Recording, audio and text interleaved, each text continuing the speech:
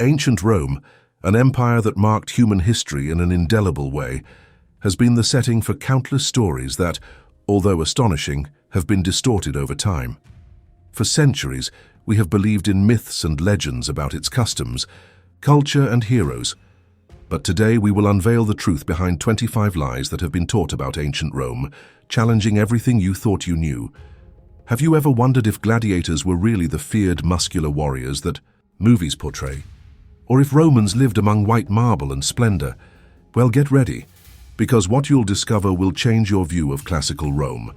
Before we continue, I want to invite you to stay with us until the end, because what we have prepared is not just a series of revealed myths, but a true immersion into the Rome they didn't teach you in school. Let's start with a concept we all thought we knew. 1. The vomitorium was a place to vomit. We've all heard this. Romans, after colossal feasts, would retreat to the vomitorium to expel excess food, right? Well, no. The vomitorium was not a space for Romans to vomit after a party. Its true purpose was a quick evacuation passage for the crowds, ensuring that spectators could exit the colosseums and amphitheaters quickly, especially after a show. Imagine the crowd of 50,000 people at the Roman Colosseum. How do you think they organized the exit? Exactly, with vomitoria. 2. Gladiators were always muscular and lean. Cinema has sold us the idea of imposing gladiators with sculpted bodies. However, recent research has shown that many gladiators were actually more robust, with a diet rich in carbohydrates and low in protein, designed to accumulate energy and protect themselves from cuts and blows during fights. In fact, some of them probably had more body fat than we imagine, and that helped them endure the battles better. 3. The Roman salute and fascism. If you ever thought that the Roman salute, with the raised arm, was a common practice in ancient Rome, you'll be surprised to know that there's no evidence it was. In fact, the famous Roman salute we know today originated much later, in 18th century paintings, and was adopted by Mussolini's fascism and the Nazis, not by the Romans. 4. Nero set Rome on fire. If you ever heard that Emperor Nero set Rome on fire to blame the Christians, you should know that there is no evidence to support that. Although the fire devastated much of the city in 64 AD, there is no clear proof that Nero was responsible. In fact, some accounts say that when the fire started, Nero was outside of Rome at his villa and returned to coordinate the aid. 5. The Bacchanals were parties of debauchery. It is said that the Bacchanals, the feasts in honor of Bacchus, were full of orgiastic and wild rituals. But this is an exaggeration. The Bacchanals, though secret and sometimes crazy, were mostly religious celebrations, and the most scandalous accounts come from writers who lived centuries after the events took place. Not everything was as sensationalized stories portray it. 6. Romans always wore togas. Cinema has popularized the image of the Roman always in a toga, but the reality was different. The toga was a ceremonial garment that was only worn on formal occasions such as public events, trials, or important ceremonies. Most common Romans never wore a toga in their daily life. Gladiator fights were always deadly. Movies show us gladiator battles where death was always guaranteed. However, gladiators were valuable professionals, and their constant death would have been a disaster for the business. While violence was part of the spectacle, most fights did not end in death. The real struggle was the one they fought for survival and fame. Roman statues were white. Although we often see Roman statues made of white marble, in their time they were not like that. They were decorated with bright colors, gold and silver, with vibrant polychromy that we can barely imagine today. Time erased those details, but ancient Rome was actually much more colorful than we think. And these are just some of the lies about Rome. But before we continue, what has surprised you the most so far? Let me know in the comments, and don't forget to subscribe so you don't miss the rest of this fascinating journey through the history of Rome. The fall of the Roman Empire was in 476 AD. Although we all associate the end of Rome with 476 AD, that is just the fall of the Western Roman Empire. The Eastern Roman Empire, known as the Byzantine Empire, continued to exist until 1453, almost 1,000 years later. Can you imagine an empire that lasted that long? Romans had a high level of hygiene. While Rome is famous for its public baths and thermae, the reality is that most Romans lived in deplorable hygiene conditions. Garbage was thrown into the streets, and excrement was also left there, creating an unsanitary environment in the city. Not even the baths were a luxury accessible to all. Romans wore red tunics. It's a classic image.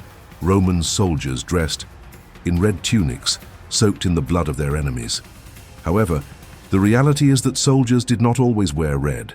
In fact, the most common colors were white or brown, and red was only a symbolic color associated with Mars, the god of war. Red had a military meaning, yes, but it was not exclusive nor omnipresent in the clothing of legionaries. Moreover, the red color on the battlefield wasn't necessarily to symbolize violence, but rather for a psychological effect. The presence of a well-organized legion with uniforms intimidated their enemies. However, most soldiers used functional and practical clothing that allowed them to move effectively in battle. Romans had high-quality doctors and were always at the forefront of medicine. While the Romans made some advances in engineering and architecture, their medicine was far behind what we understand today as professionalism. Many Roman doctors were Greek slaves, and their knowledge of anatomy and diseases was rudimentary. Additionally, Roman medicine was plagued with quacks selling miracle remedies with no evidence of their efficacy. Many people sought magical cures or underwent dangerous practices based more on superstition than science. The reality is that medical conditions were precarious, and most Romans had access only to healers or country doctors, not qualified physicians. Roman women had a lot of freedom and power. It is true that some Roman noblewomen, such as Agrippina or Livia, managed to exert great influence on politics and society. However, this image of emancipation is an exaggeration. The vast majority of Roman women were subordinated to male authorities, fathers, husbands, or tutors. They had no right to vote, could not hold public office, and their roles were limited to domestic responsibilities or very specific religious functions. Therefore, although some women reached considerable power, most lived within a deeply patriarchal structure. Romans always ate opulently at banquets. Movies show Roman banquets as parties of excess, with mountains of food and wine flowing endlessly. While it's true that some banquets were grand occasions, the everyday reality for most Romans was much more austere. In cities, especially in poorer neighborhoods, the food was simple and often lacked variety. The most common foods were bread, vegetables, legumes, olives, and a little meat.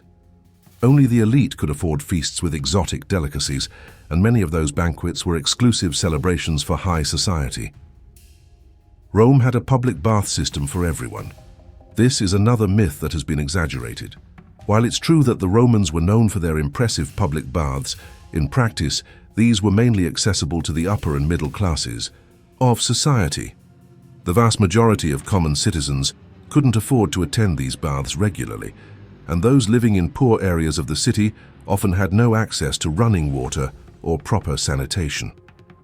Roman baths, though marvelous in their architecture, were not the universal solution to hygiene problems in Rome. The Romans sprinkled salt on the lands of Carthage.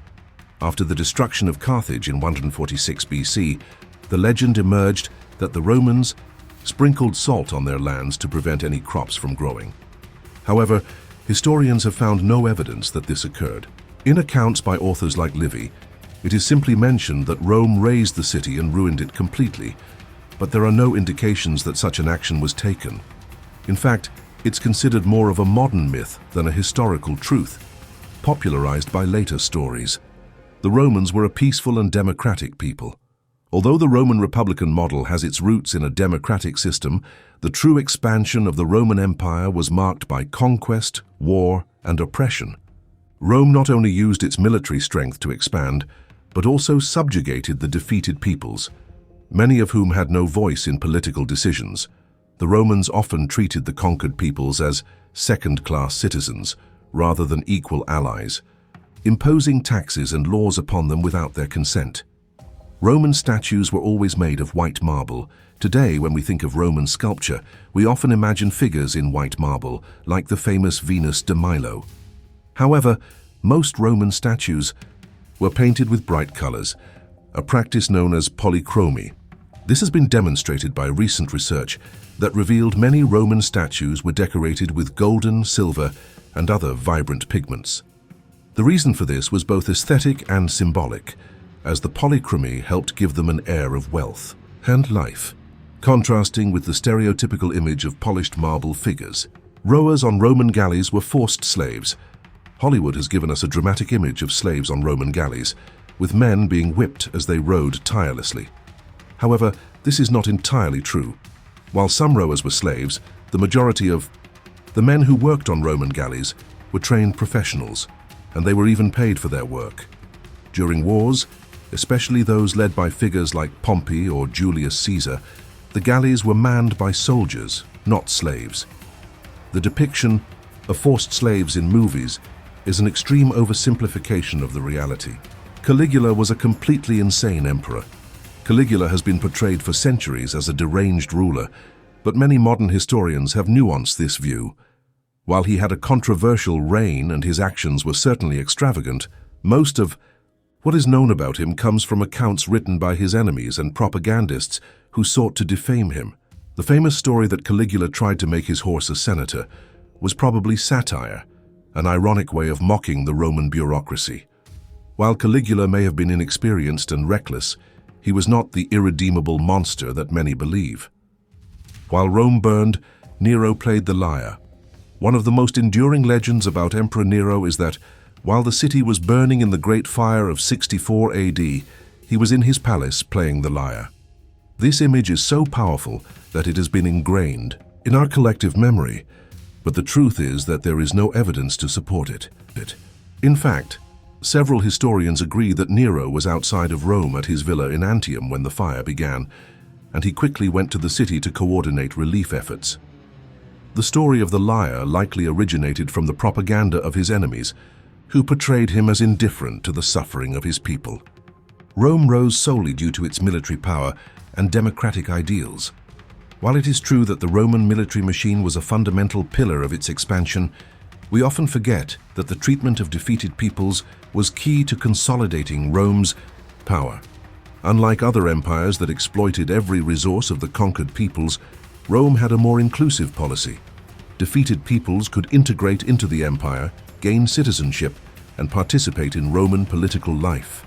This strategy, far from being merely an act of compassion, strengthened Rome by incorporating forces and resources from conquered territories, creating a network of loyalties that transcended the empire's borders.